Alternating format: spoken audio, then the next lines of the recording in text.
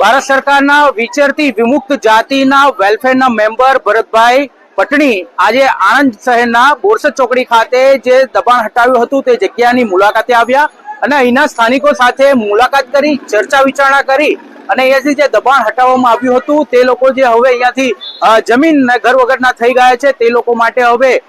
સુચારુ વ્યવસ્થા કરવા માટે જિલ્લા તંત્રને પણ તેમના સૂચન કર્યું છે। અહીંયા જે આસ્થાનું પ્રતીક હતું, જે મંદિર જે 100 વર્ષ જૂનું કહેવાય છે, તે મંદિરને લઈને પણ તંત્રને સૂચન કરવામાં આવ્યું છે। તે મંદિર હવે એક અલગ જગ્યા ઉપર તે વાજતે ગાજતે તે મંદિરની સ્થાપના કરવામાં આવે તેવું પણ સૂચન કરવામાં આવ્યું છે। અહીંયા જે લોકો રહેતા હતા, જે તે લોકોની અહીંયાથી જે કહી શકાય કે જે લોકોની વ્યવસ્થા કરવામાં આવે, તે લોકોને રહેવાની, જમવાની વ્યવસ્થા કરવામાં આવે। ખાસ કરીને જે અત્યારે ઠંડીનો માહોલ છે તેમાં અહીંયા રહેતા લોકોને કોઈ પણ પ્રકારની તકલીફ ના પડે તે પ્રકારેનું પણ સુચારુ વ્યવસ્થાને લઈને જિલ્લા તંત્રને